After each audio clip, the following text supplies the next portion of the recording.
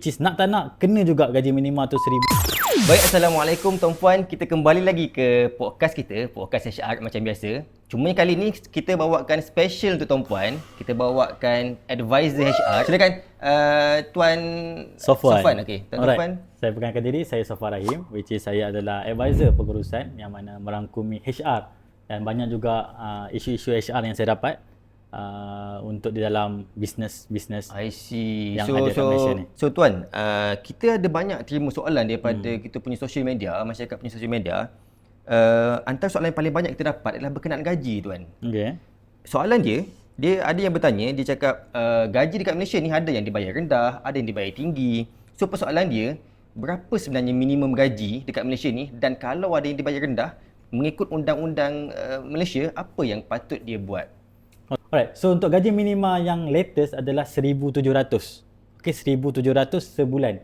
Dan benda ni dah diwartakan pada tahun lalu dan telah digazetkan, which is nak tak nak kena juga gaji minima tu 1,700. Bermula tak silap saya pada bulan Ogos 2025. Itu untuk gaji minima lah.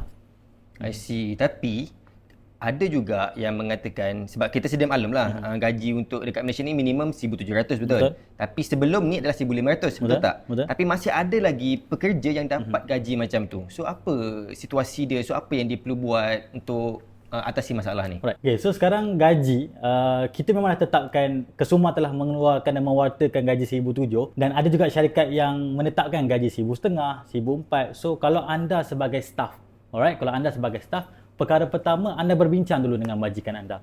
Okey, anda berbincang dulu, cakap kat majikan. Mungkin majikan tak aware dengan kita punya akta yang terkini, pindaan yang terkini. Bincang dulu dengan majikan, cuba bertanya dengan majikan. Majikan, sekarang gaji minima adalah 1,700. Bagaimana dengan gaji saya sekarang? Sebab gaji saya sekarang adalah 1,500 contoh. So, cakap dengan majikan, boleh tak kita ikut seperti yang telah diwartakan oleh Kesuma, Kementerian Sumber Manusia, yang mana gaji sekarang adalah 1,700. Jadi kalau majikan tetap juga tak nak, majikan tetap juga berdegil, tak nak dengar apa yang kita nasihatkan kepada majikan, step seterusnya adalah kita terpaksa buat laporan lah kepada JTK, yang mana gaji sekarang kita adalah di bawah gaji minima yang telah ditetapkan.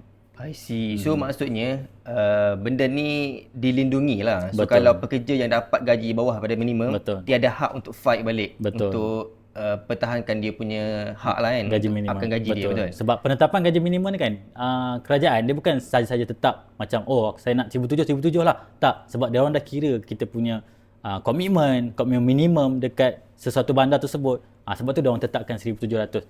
Sebab bagi mereka, kalau pekerja tersebut tidak dilindung, maksudnya diberikan gaji di bawah yang telah ditetapkan, mungkin kurang ataupun tak cukup bagi dia dan juga isi keluarga dia.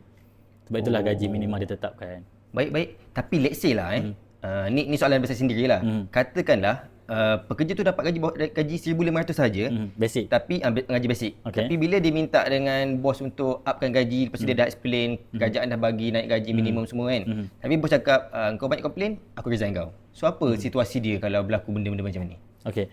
Sebelum dia resign, untuk resign juga ada step dia. Sebab bos kita tak boleh resign kita sesuka hati. Kalau benda tu kita akan panggil dalam term HR adalah termination simpliciter, which is sebuah majikan, sebuah syarikat dan majikan tak boleh terminate kita dengan tanpa alasan yang munasabah.